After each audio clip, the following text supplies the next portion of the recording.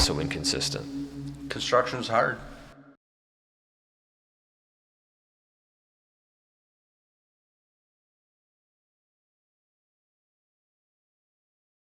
Hey everybody, welcome back.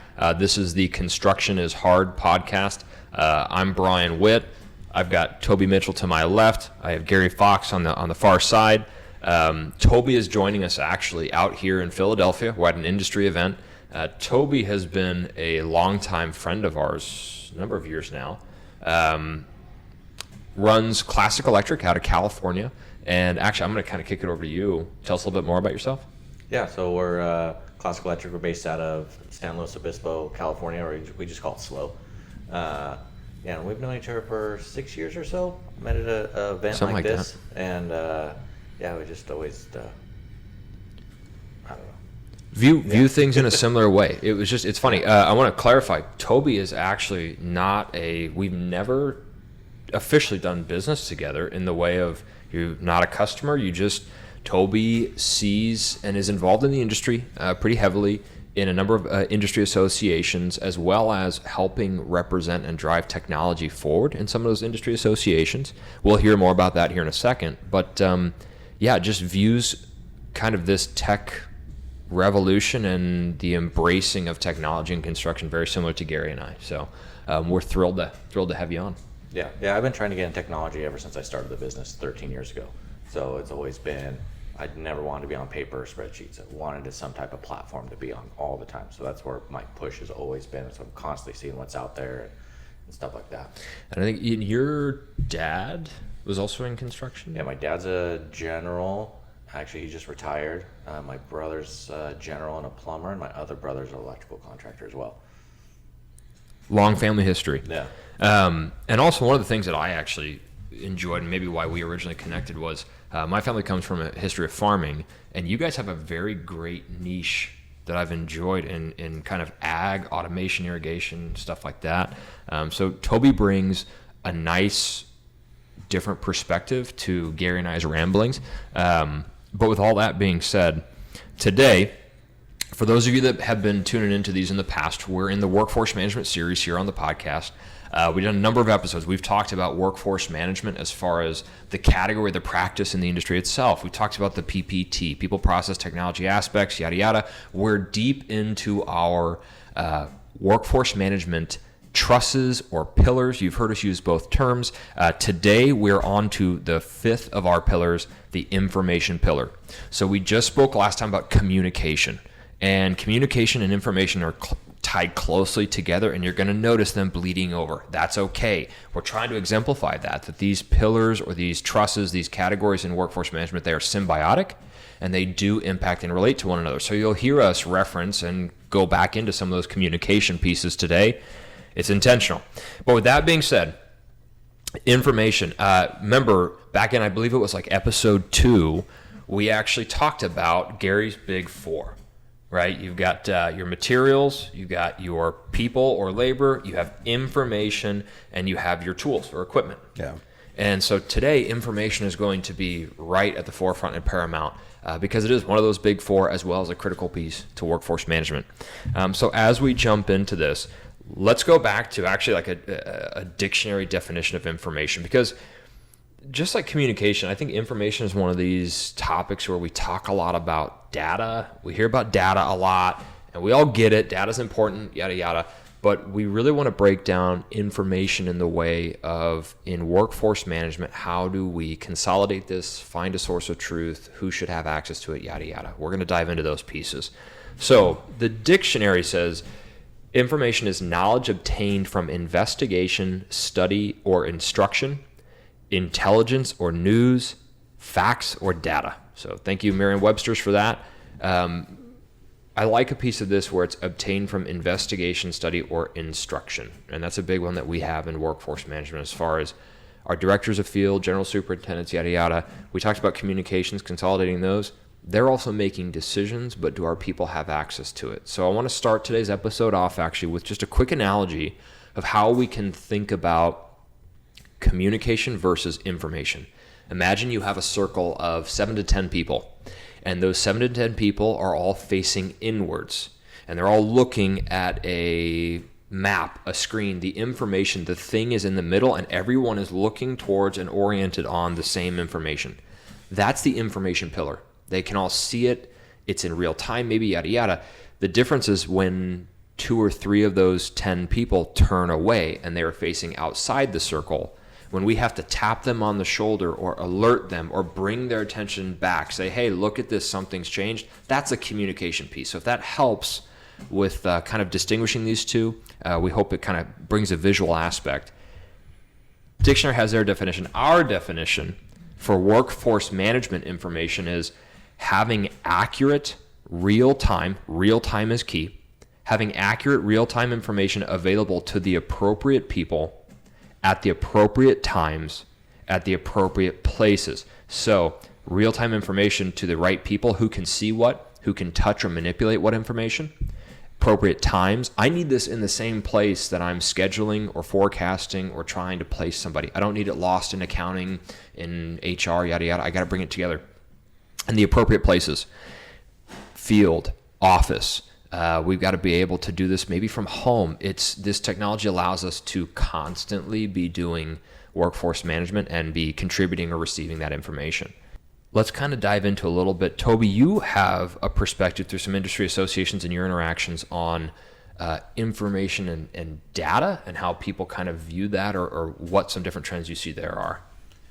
Yeah, I mean, we have so much information out there now. And one of the big things is, what do we do with it? Right? I think a lot of people would get overwhelmed and stuff like that, but it's such great information, and I think it really helps if we start thinking, future succession planning, stuff like that, right? You can have your newer project managers, you have all that data, they can go back and look, how did we do on this project 2 years ago? How did we do on this project 3 years ago? What was the crew, right? And how well these crews work. Toby's talking about version history. I think that's a big thing too. We get all of this data or information, brought into one spot.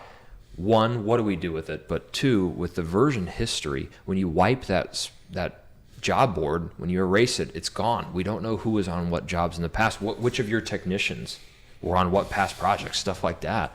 We save multiple versions of the Excel spreadsheet. So, okay, fine, you could call it having version history, but when you have 50 versions of the spreadsheet, no one's going to go back and look at an old spreadsheet. I mean, that'd really be an exception to the rules. The amount of time to process all that right, information and right. open every single file. Where you have a platform, you simply set the date and instantaneously look back at all the information that was going on that particular day, a year ago, 2 years ago. That becomes a very useful tool, and I think it's one thing that contractors aren't used to, and they're not in the habit of doing that. But do it a couple times and really glean the value of that. Can really help you, perform down the road. Let's talk about Gary. You've got there's this perception of information. We talked about it's one of the big four. It's critical to our people being effective on the job. Do they have the right information? But there's this perception of where do we focus the best information and the most accurate information, or with your colored drawings. Yeah. Well, I'll say this first: this is a very important topic. This is one that can easily get glossed over and looked at as a yawner. Who doesn't know that you need information, and what can you possibly bring to the table when you're talking about information, right? But it is critical. It's one of the big four. You take information away from a person in the field, you shut them right down. You take the tools away, you shut them right down. Take the material away. But the material and the tools, that's pretty obvious. Information's kind of subliminal out there. It's not really that obvious. It's a hard thing to identify a lot of times.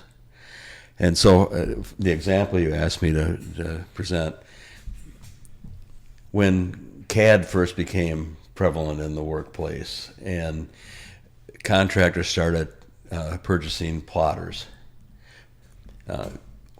start printing out large format drawings, and printing was very expensive. And so you had a color printer, You'd print on a nice colored print. All the systems were different colors. Power's blue, fire alarm's red, emergency systems different color. Beautiful drawing. And then print on a black and white drawing, which is much cheaper to print, easier to reproduce. And we started doing that, and we would send the black and white version out to the field. Well, they needed to know, what systems are what, and they're trying to determine what's fire alarm and what's power. And we've got the color drawing back in the office because we didn't want them ruining it, getting out in the environment and spilling coffee on it or whatever.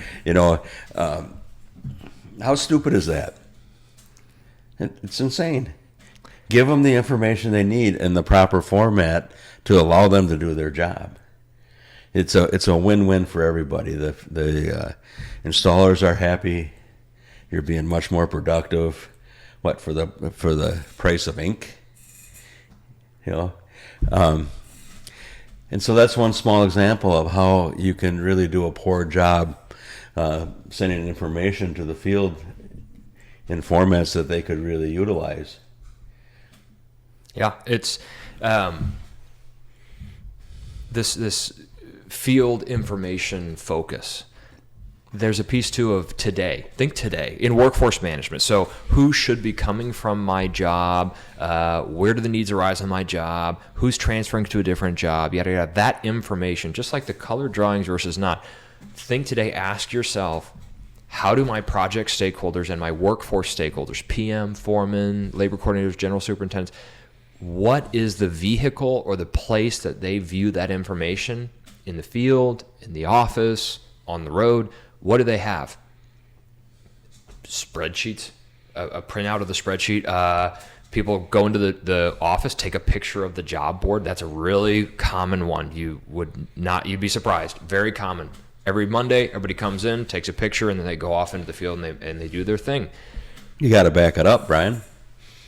That's how you back it up. Yeah. Yeah, get a version history, take a picture. Right. Yeah. And then that room with the magnet board, basketballs and volleyballs aren't allowed in that room. Yeah. Yeah, Gary grandkids aren't allowed in there. That board. But yeah, it's where are we, and let's start talking about where are we consolidating this workforce management information.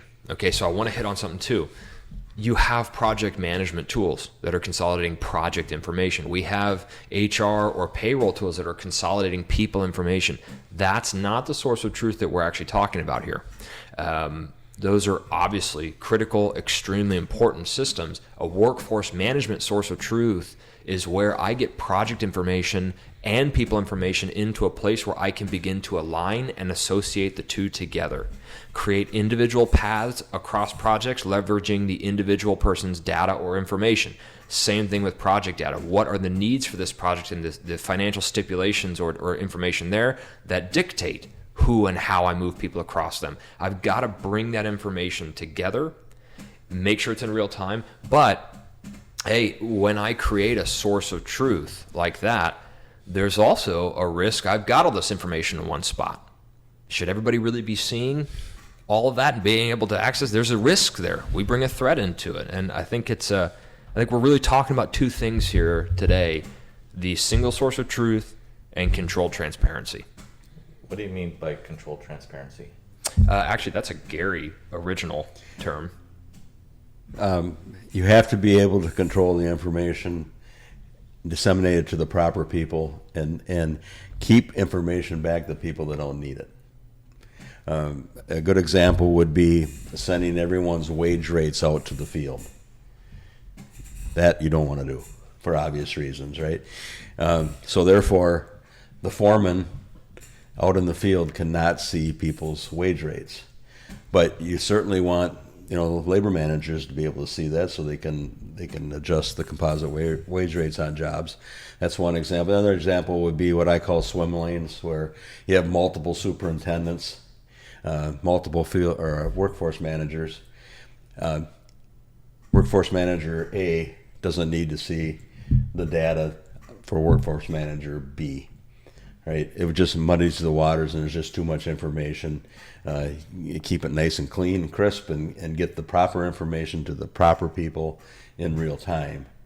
And that's where the permission levels and platforms like Rivet allow that to happen. So you want to be as transparent as possible, but you also need to control it, because it's all sitting, like Brian said earlier, it's all sitting in one spot. And there's risk involved in that. So there has to be a way to control it. Like you're saying, Foreman B, we don't want him to have the information from Foreman A, because it really doesn't mean anything, because they're on separate projects, right? And he might start worrying about that and not concentrating on his project. Right. And and every company is different. Their processes are different, and they have the options of opening certain avenues up and shutting certain ones down. Just depends on what's needed in a particular company. I think there's a piece too here about information. We get this data hue coming across the top of it. So integrations are always looming. People are always going to be wanting to talk about integrations, and they're great. We love integrations, but there is times when integrations might not be the answer. Maybe my operations team moves faster right now than my financial department does, which, by the way, that actually happens more than you might expect too. Well, then how the hell do you know what you're paying your people? Oh, it happens. They figure it out. But ops has already moved on. When you've got a really good workforce management practice, you'd be surprised how fast operations moves, because they get it on a real-time tool. That's the tool they're living in every day. That's the source of truth. It's hard to herd cats, but it's easy to move the damn milk. So it's like that's where everybody's going to, and they start to move at such a quick cadence. The rest of the company's now trying to keep up, right? And so we talk about integrations a lot, but they might not always be the right answer. Typically, a good data management strategy can come in different forms and facets. Think of it as PPT for there as well. Like our second or third episode, I think it was, we talked about people, process, technology. Think of your data, your sustainable data management strategy. That is what we are always looking when we are helping onboard customers with workforce management softwares and systems. It's getting their workforce management practice in here, but what's the strategy for getting the data right? Maybe you have quite frankly, some corporate or technical hurdles that you are or are not allowed to jump through, and you can't integrate. Or maybe there's other past scars from past experiences where, I don't want to go through that again. You've gone through that road. Yeah, years ago when we first started, we had our project management software crash our ERP, and it was horrible. And so I just haven't felt comfortable to having our new system talk with our ERP system quite yet. So it is some double entry. It is a little bit more work on the office, but it's just because I'm not at that level of comfort yet. But you have, in a people process technology, maybe the integration is the technology, but you have still a process and people that are designated. Yeah. So we have the one person that reviews the time cards daily, and then we have the other person that does the payroll and reviews to make sure the overtime's right and stuff like that. Yeah, so we can still, the sustainable data management strategy comes in, it's different for everybody. And integrations may or may not always be the blanket statement. Now, Gary has a different perspective, different story from them. They started non-integrated back in the days when workforce management tools actually were we were there, so I get to cheat and I know how it worked. We didn't have them have the ability to be integrated quite yet. It was very muddy, and it was all custom one-off if we were trying to make it happen, but eventually became more of a scalable, sustainable approach. But you guys started non-integrated technically. Yes, for a short period of time.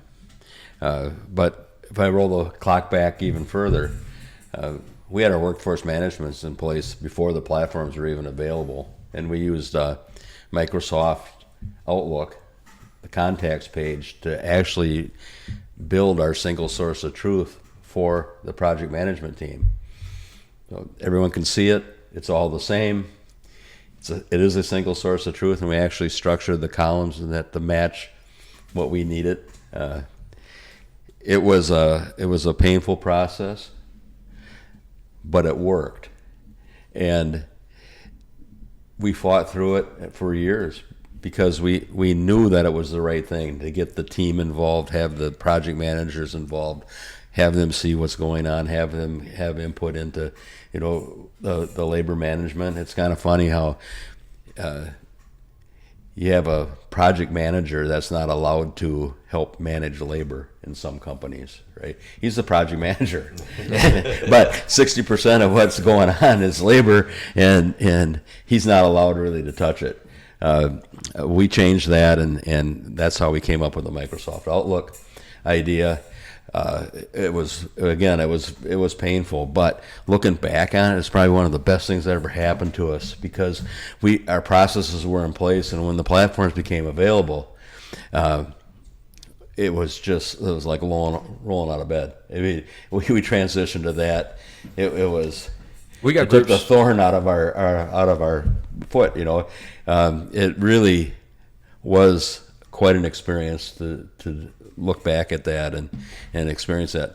The other thing I want to add, we're talking about that, is what happens when you start tying this together and you have the single source of truth, and you got your controlled transparency, you got all this clicking. It's amazing what happens to the level of collaboration that comes with that.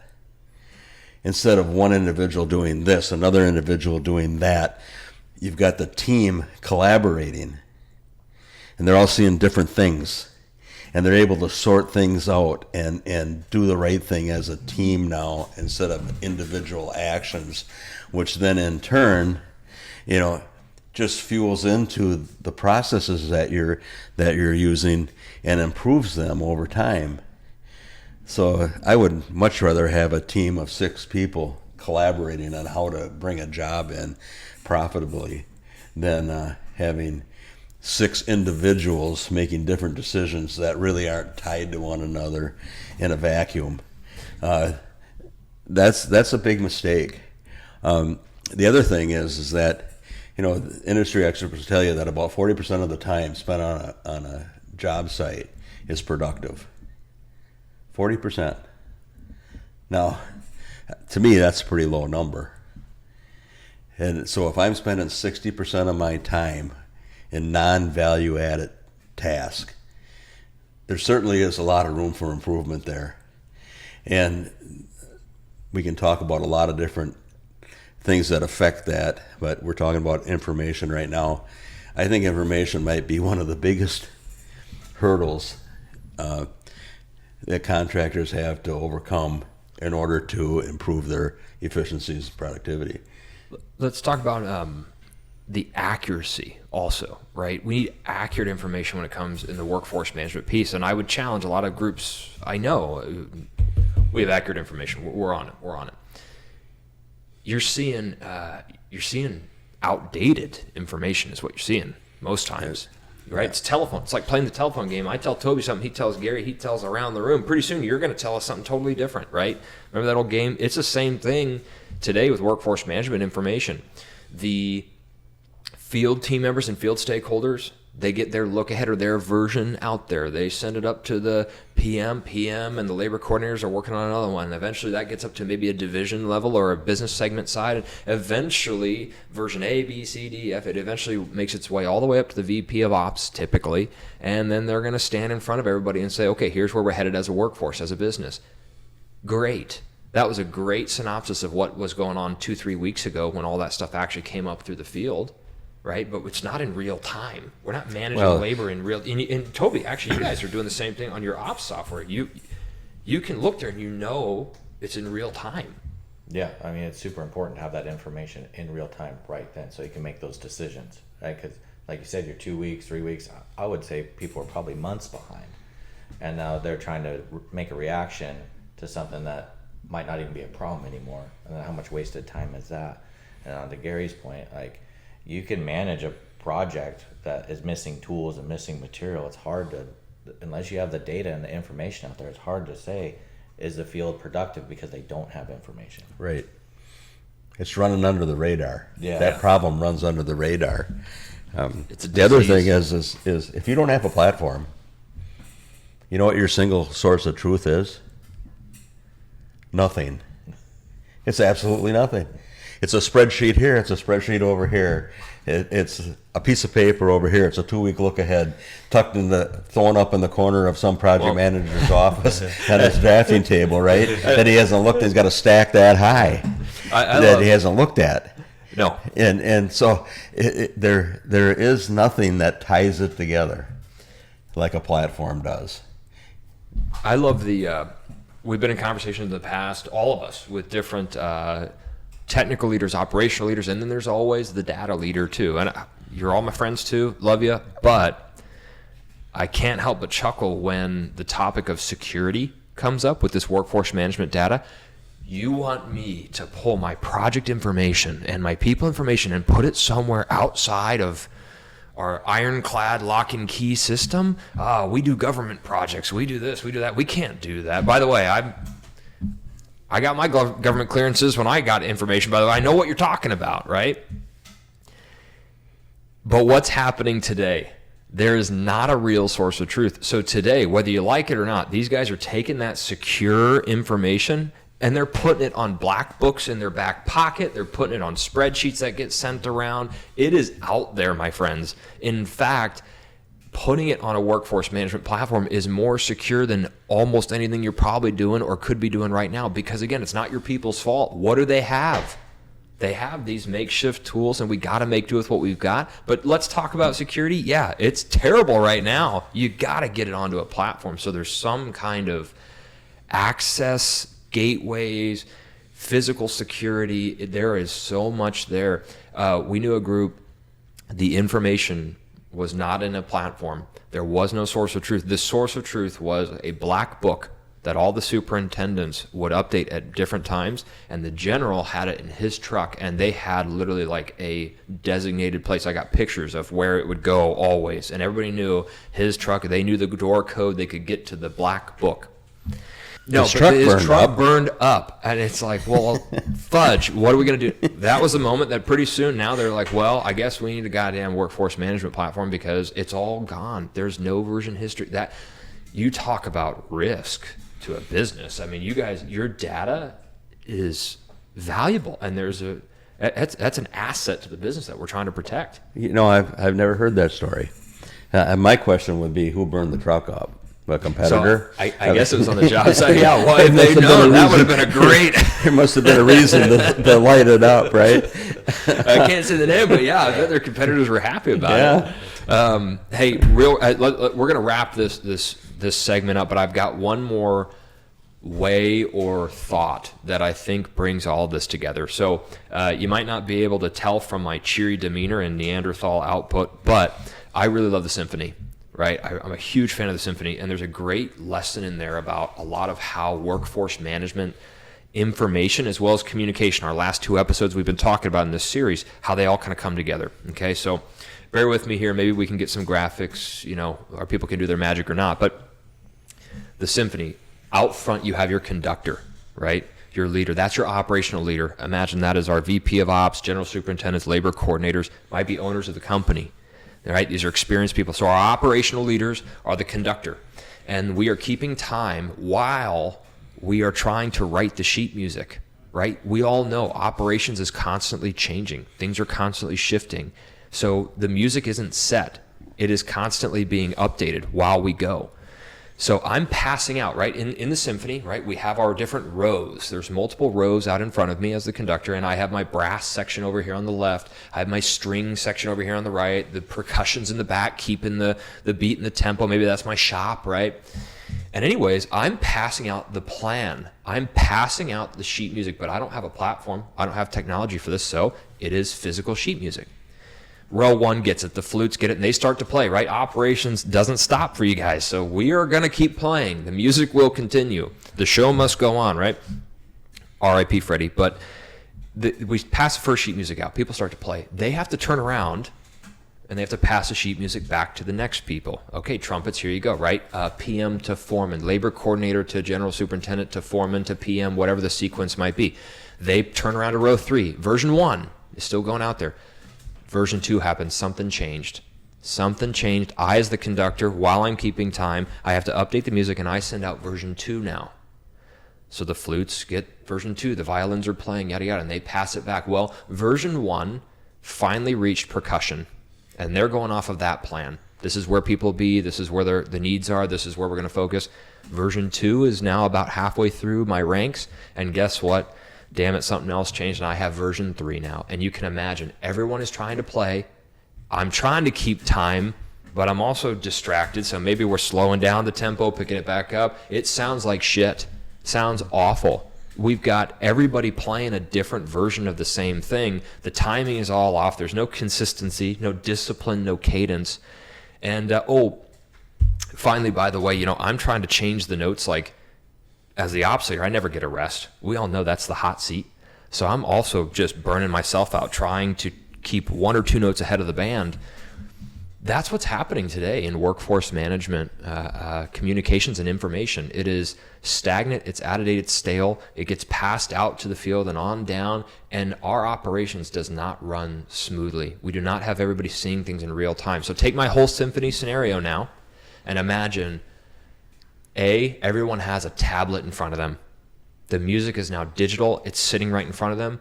I have an automated timekeeper. So I've got the metronome or whatever it is going. I'm not actually that educated in this area, but I've got a timekeeping going. Anyways, final bit is now I get to update the music. I'm 2, 3, 4, 5 pages ahead of my band. I can be looking way out ahead, changing music, and it doesn't disrupt my operations. When I update it on my tablet at the front as a conductor, everyone's seeing the same thing in real time. Everyone's marching to the same cadence.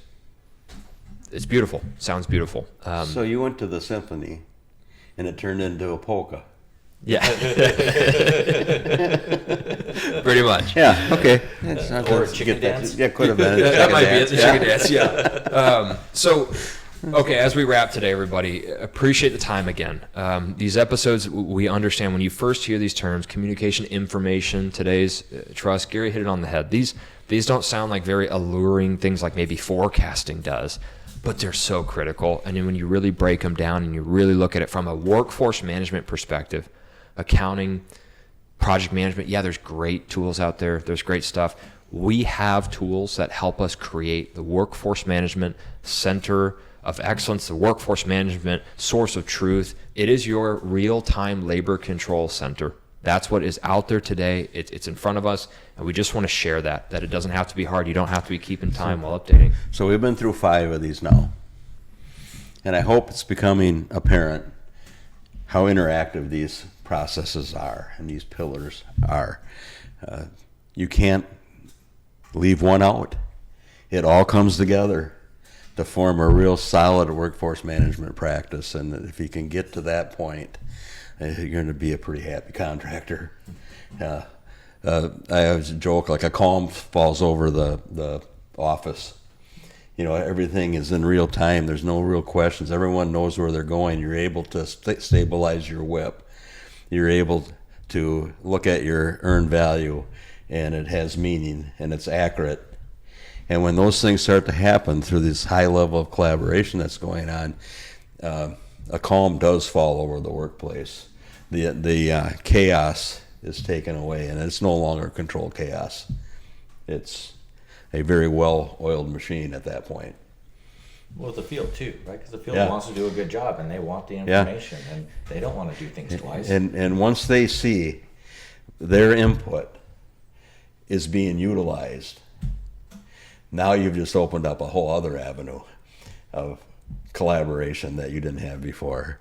I always thought one of the worst things a company can do is force their foreman to do a 2-week look ahead and then turn it into the project manager, and the project manager just tosses it up in the upper right-hand corner of his drafting table and doesn't look at it. The foreman knows that. It's not being utilized. The project manager really doesn't know what to do with it. But the company says, we will do 2-week look-aheads. And the information's lost. And the information is, and you talk about a total waste of time and money. But if you have the platform in place and you're using that information to stay on your labor curves, and you value that information coming from the field, and the field knows it's being utilized, it's a whole different ballgame.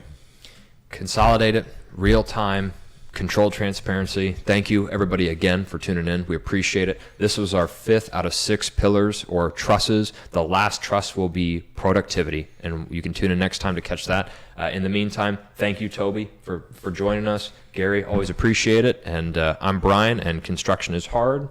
But it doesn't have to be. We are here to talk about workforce management. Why is it so inconsistent? Construction's hard.